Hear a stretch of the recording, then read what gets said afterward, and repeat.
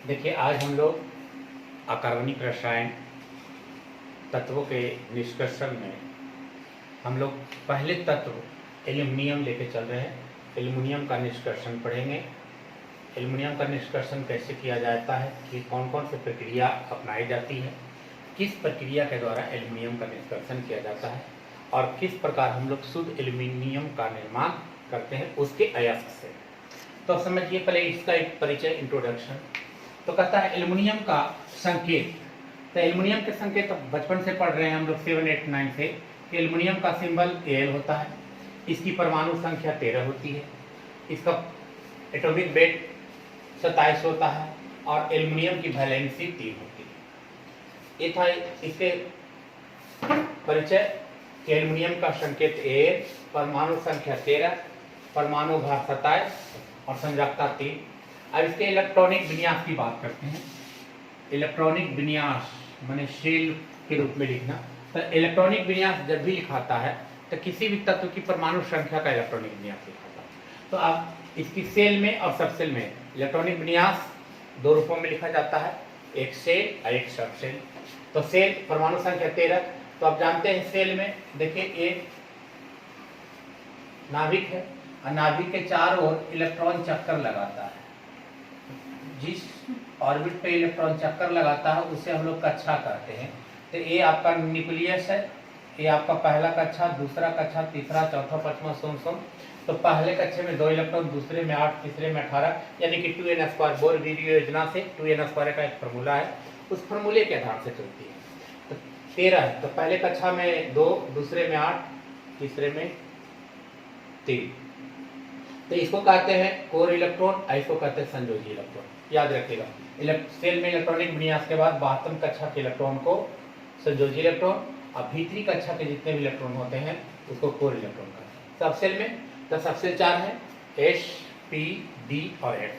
S में maximum 2, P में maximum 6, D में मैक्सिमम 10 और F में मैक्सिमम 14 इलेक्ट्रॉन रख सकते हैं। उससे कम रख सकते हैं लेकिन उससे ज़्यादा नहीं रख सकते हैं। तो सबसेल में 1s2, 2s2, 2p6, 3s2, 3p6। अब इसके पीटी में स्थान, तो देखिए पीटी में स्थान कैसे निकाला जाता है। अब लास्ट देखना है आपको, यहाँ देखिए, अब यहाँ 3p1 है। तो ये जो आपका जो संख्या होगा ये आपको आवर्त बताएगा, ये आपको ब्लॉक बताएगा, ये आपको वर्ग बताएगा। यानी कि तीसरे आवर्त पी ब्लॉक के तीसरे आवर्त के पहला, यानी कि शुरू से चलेंगे तो थर्ड के ए, अर्थात शुरू से चलेंगे तो एस में 2 आवर्त, 2 वर्ग, डी में 10 और इस पी का पहला तो 2 और 10 12 1 13, यानी कि शुरू से चलेंगे तो यह 13वां वर्ग में आएगा, यह 13वां समूह में आएगा। अब ऐसे थर्ड का ए, तीसरे आवर्त पी ब्लॉक, थर्ड का ए वर्ग में। अब देखिए इसके प्रमुख अयस्क, एल्युमिनियम के प्रमुख अयस्क। तो एल्युमिनियम के अयस्क हैं, पहला bauxite Al2O3 डायस्पर Al2O3 cryolite Na3AlF6, corundum Al2O3। इन सारे अयस्कों में बार बार आता है कि एल्युमिनियम के 2 अयस्क का नाम बताएं, एल्युमिनियम का 2 अयस्क का नाम बताइए। तो अब इन सारे अयस्कों में सबसे प्रमुख अयस्क है वो है बॉक्साइट। इसी बॉक्साइट से ही हम लोग एल्युमिनियम का निष्कर्षण करेंगे। और जो बॉक्साइट है हमारे देश में सबसे ज्यादा कहाँ पाया जाता है, तो भारतवर्ष में बॉक्साइट मध्य प्रदेश, उड़ीसा, तमिलनाडु में पाया जाता है। और एल्युमिनियम का सबसे प्रमुख अयस्क बॉक्साइट है, जिसका सूत्र होता है Al2O3 इसी बॉक्साइट अयस्क से हम लोग एल्युमिनियम का निष्कर्षण करेंगे। तो एल्युमिनियम का निष्कर्षण करने से पहले अब हम लोग पढ़ लें कि एल्युमिनियम का निष्कर्षण की कौन कौन सी प्रक्रियाएं अपनाई जाती है। अब देखिए एल्युमिनियम का निष्कर्षण, एल्युमिनियम के निष्कर्षण के तो कहता है एल्युमिनियम का निष्कर्षण का मुख्यतः 3 चरण। एल्युमिनियम का निष्कर्षण हम लोग उसके अयस्कों से एल्युमिनियम का जो निष्कर्षण करते हैं, तो निष्कर्षण करने से पहले 3 प्रोसेस का यूज करते हैं। उसमें सबसे पहले है शुद्ध एल्युमिना का निर्माण, अर्थात कोई किताब में लिखा रहेगा बॉक्साइट का शोधन, यानी कि बॉक्साइड का शोधन कहिए चाहे शुद्ध एल्यूमिना का निर्माण कहिए, एक ही चीज है। बॉक्साइड का शोधन का मतलब इसमें जो जलवाष्प है उसको दूर कर देना। दूसरा है एल्यूमिना, जो एल्यूमिना का निर्माण हो जाएगा तो उससे हम लोग वैद्युत अपघटन कराएंगे। तीसरा है एल्यूमिनियम, अब वैद्युत अपघटन से हम एल्यूमिना से हमको एल्यूमिनियम प्राप्त हो जाएगी, एल्यूमिनियम का फिर क्या करेंगे, शोधन करेंगे। इस प्रकार एल्यूमिनियम का निष्कर्षण हो जाएगा। तो एल्यूमिनियम के निष्कर्षण के 3 चरण है। पहला शुद्ध एल्यूमिना का निर्माण, दूसरा एल्यूमिना का वैद्युत अपघटन और तीसरा एल्यूमिनियम का शोधन। अब एक एक लेके चलते हैं। तब शुद्ध एल्यूमिना का निर्माण, तो शुद्ध एल्यूमिना का निर्माण के 3 चरण है, 3 प्रक्रियाएं हैं। उसमें है सबसे पहला हॉल प्रक्रम के द्वारा भी कर सकते हैं शुद्ध एल्यूमिना का निर्माण, बेयर प्रक्रम के द्वारा भी उसको हम लोग शुद्ध एल्यूमिना का निर्माण प्राप्त कर सकते हैं। यानी हॉल प्रक्रम, बेयर प्रक्रम और सर्पिक की विधि, 3 विधियों का उपयोग करते हैं। तो हम लोग सबसे पहले हम लेके चले हॉल प्रक्रम के द्वारा। तो शुद्ध एल्यूमिना का निर्माण, अब शुद्ध एल्यूमिना का निर्माण करने का मतलब कि उसके बॉक्साइड में बहुत सारे अशुद्धियां रहती है। जैसे रहेगा आपका अशुद्धियां के रूप में फेरिक ऑक्साइड रहेगा, सिलिकॉन डाइऑक्साइड रहेगा। इस सब को साथ साथ दूर भी किया जाता है। कैसे किया जाता है तो सुनिए। हॉल प्रक्रम, बार बार टिप्पणी भी आ जाए कि हॉल प्रक्रम का वर्णन करें, तो आप देखिए हम लोग जो अभी ये वर्णन किए हैं हॉल प्रक्रम के द्वारा होगा, फिर बेयर प्रक्रम के द्वारा भी होगा, उप विधि के द्वारा भी होगा। तो सबसे पहले हॉल प्रक्रम की बात वर्णन कर लेते हैं। तो देखिए बॉक्साइड में कहता है, बॉक्साइड को सोडियम कार्बोनेट, जब हॉल प्रक्रम का यूज करिएगा तो जब भी होगा तो सोडियम कार्बोनेट के द्वारा ही अभिक्रिया कराई जाएगी। सिर्फ हॉल प्रक्रम में याद रखना है कि जब हॉल प्रक्रम का उपयोग करेंगे तो सोडियम कार्बोनेट का उपयोग करेंगे, और जब बेयर प्रक्रम का प्रयोग करेंगे हम लोग तो सोडियम हाइड्रोक्साइड का प्रयोग करेंगे, और सर्पेट विधि का प्रयोग करेंगे तो सिलिकॉन कार्बन और नाइट्रोजन के साथ अभिक्रिया करेंगे। हॉल प्रक्रम में सोडियम कार्बोनेट, बेयर प्रक्रम में सोडियम हाइड्रोक्साइड, बाकी सब करीब करीब रिएक्शन से वैसा ही चल, तीनों स्टेप में होगा। तो सबसे पहले कहता है कि उसमें बॉक्साइड में जो अशुद्धियां हैं उसको दूर कर लेना है। तो अब इसमें क्या कहता है कि जब बॉक्साइड को पहले महीन चूर्ण कर लेंगे, महीन चूर्ण करने के पश्चात उसे सोडियम कार्बोनेट से अभिक्रिया कराएंगे, उसके साथ अभिक्रिया कराते हैं, उसके साथ गर्म करते हैं, और गर्म करने के पश्चात सोडियम एल्यूमिनेट का निर्माण होता है। देखिए bauxite Al2O3 × 2H2O plus sodium carbonate अभिक्रिया कराएंगे तो बनाएगा सोडियम एल्यूमिनेट, CO2 और H2O बाहर हो जाएगा। पुनः सोडियम एल्यूमिनेट को सेकंड स्टेप में आइए, पिघले हुए द्रव को जल में घोलते हैं, जिससे सोडियम एल्यूमिनेट जल में घुल जाता है, और प्राप्त मिश्रण को छानने पर फेरिक ऑक्साइड और जितने भी अशुद्धियां होती है उसको दूर कर लेते हैं। अभी सोडियम एल्यूमिनेट को जल में घोलेंगे, घोलने के पश्चात अभिक्रिया कराएंगे, अभिक्रिया करने के पश्चात ये बनाएगा एल्युमिनियम हाइड्रोक्साइड का निर्माण करता है।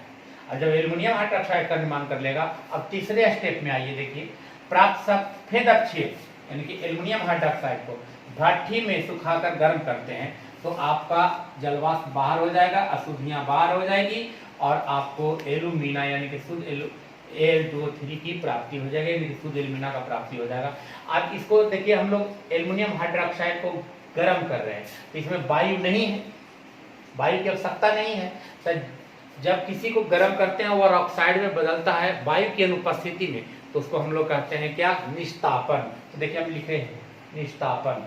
तो इसको हम लोग गर्म करेंगे, तो गर्म करने के बाद Al2O3 अर्थात एल्यूमिना का निर्माण हो जाएगा।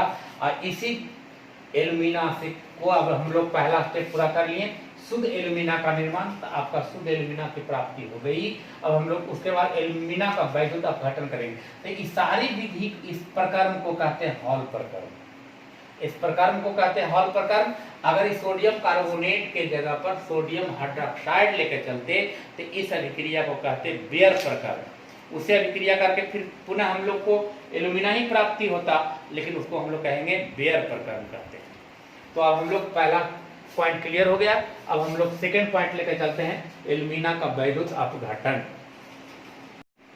देखिए सेकेंड पॉइंट, एल्यूमिनियम का वैद्युत अपघटन। तो एल्युमिनियम का वैद्युत अपघटन देख लीजिए, एक पात्र है, पहले एक बात देख लीजिए, एक पात्र वैद्युत अपघटनीय शेल है, इसमें पिघला हुआ वैद्युत अपघट है। इसमें जो ये भाग देख रहे, ये बाहरी वाला भाग देख रहे हो, लोहे का पात्र है। ये जो देख रहे हैं एक कार्बन का छड़ है, कार्बन का स्तर है, एक कार्बन का स्तर, कार्बन का ये आपका कार्बन का स्तर है। ई एक क्षैतिज छड़ है। तो कहता है कि वैद्युत अपघटन की क्रिया वैद्युत अपघटनी सेल में, ये वैद्युत अपघटनी सेल में कराई जाती है। इस पात्र में कार्बन का एक स्तर लगा हुआ था। तो ये जो आप देख रहे हैं इस भीतरी भाग, एक कार्बन का स्तर है, एक कार्बन का स्तर है। यह कैथोड का कार्य करती है। एक कार्बन का स्तर किसका कार्य करती है? कैथोड का। एक कैथोड का कार्य करती है। और एनोड भाग में एक छड़ होती है। ये जो देख रहे हैं ये आपका एनोड भाग है, जो वैद्युत अपघट में डूबी हुई रहती है। ये वैद्युत अपघट में सारे के सारे छड़ ये डूबा हुआ है। एल्यूमिना और करायोलाइट। अब इसमें कहता है कि शुद्ध एल्यूमिना को, ये जो आप देख रहे हैं इसमें एक कोयले का चूर्ण है। तो एल्यूमिना अब करायोलाइट को, इसको वैद्युत अपघट में डाला जाता है और जब विद्युत धारा प्रवाहित की जाती है। अब बात रहा कि करायोलाइट क्यों मिलाया जाता है। तो करायोलाइट मिलाने के बाद क्या होता है कि उस वस्तु का गलनांक कम कर देता है। वैद्युत अपघट एल्यूमिना का गलनांक कम कर देता है और विद्युत चालकता बढ़ा देता है।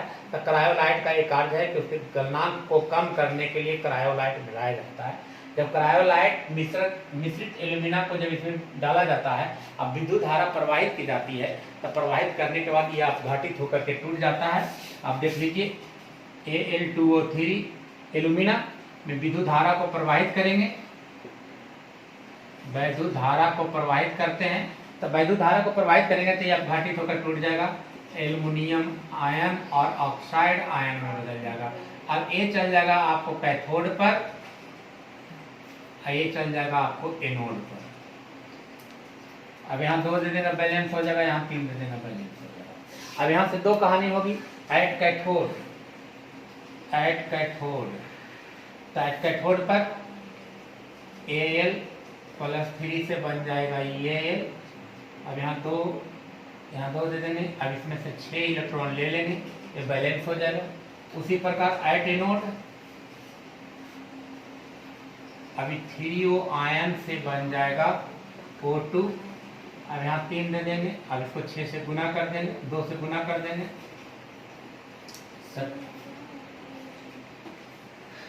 3O2 O2। अब देखिए इसको बैलेंस करना है काम।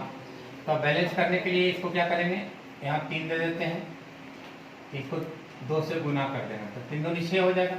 अब इलेक्ट्रॉन हो जाएगा 6 दूनी 12, यहाँ इलेक्ट्रॉन 6। तो इसमें से अब क्या करते हैं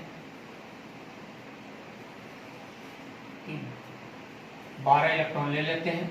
अब इसको हम लोग 2 से गुना कर देंगे, गुना कर देने के बाद इलेक्ट्रॉन इलेक्ट्रॉन कट जाएगा, ये बच जाएगा 4Al+3 और प्लस 3 दूनी 6O आयन, 4Al और प्लस 3O2। इस प्रकार आपको एल्युमिनियम का प्राप्ति हो जाएगा। तो ये था वैद्युत अपघटन यानी कि हूप की विधि, इसी को हम लोग कहते हैं हूप की विधि। अब इस प्रकार हमको एल्युमिनियम का निष्कर्षण, अब पिघला हुआ एल्युमिनियम इस पात्र के नीचे देखिए आकर के जमा हो जाएगा। इस प्रकार एल्युमिनियम का निष्कर्षण हो जाता है। अब एल्युमिनियम का निष्कर्षण हो गया। अब इसका थर्ड पॉइंट है एल्युमिनियम का शुद्धिकरण। तो ये शुद्धिकरण भी वैद्युत अपघटन विधि के द्वारा किया जाता है। तो वैद्युत आवेश का निष्कर्षण भी वैद्युत अपघटन विधि के द्वारा हुआ है। तो इस प्रकार ये प्राप्त एल्युमिनियम होगा वो करीब करीब 100% शुद्ध होगा, अर्थात शुद्धिकरण आ जाए, शोधन आ जाए तो सीधे शब्दों में कह दें कि एल्युमिनियम का शुद्धिकरण वैद्युत अपघटन विधि के द्वारा किया जाता है। इस प्रकार एल्युमिनियम का निष्कर्षण जो था वो एल्युमिनियम का निष्कर्षण हो गया। अब इस प्रकार हमको एल्युमिनियम की प्राप्ति हो गई। अब हम लोग इसमें अब बचा एल्युमिनियम का निष्कर्षण समाप्त हो गया। अब एल्युमिनियम का उपयोग, तो एल्युमिनियम का उपयोग तो आप लोग जानते ही होंगे। एल्युमिनियम का उपयोग कहाँ करते हैं? एल्युमिनियम का उपयोग के बारे में, एल्युमिनियम विद्युत के तार बनाने में, घरेलू बर्तन बनाने में, सिगरेट के पन्नी में, बिजली के तार बनाने में, सिगरेट की पन्नी, जंगरोधी पेंट बनाने में, इत्यादि के रूप में एल्युमिनियम का व्यवहार किया जाता है। मिश्र धातु के भी निर्माण में वो होता है। जो ड्यूरेलिन, जिसे प्रेशर कुकर है या बर्तन है, ये सब वस्तुओं का निर्माण एल्युमिनियम के द्वारा किया जाता है। इस प्रकार आपका एक तत्व का निष्कर्षण समाप्त हो गया।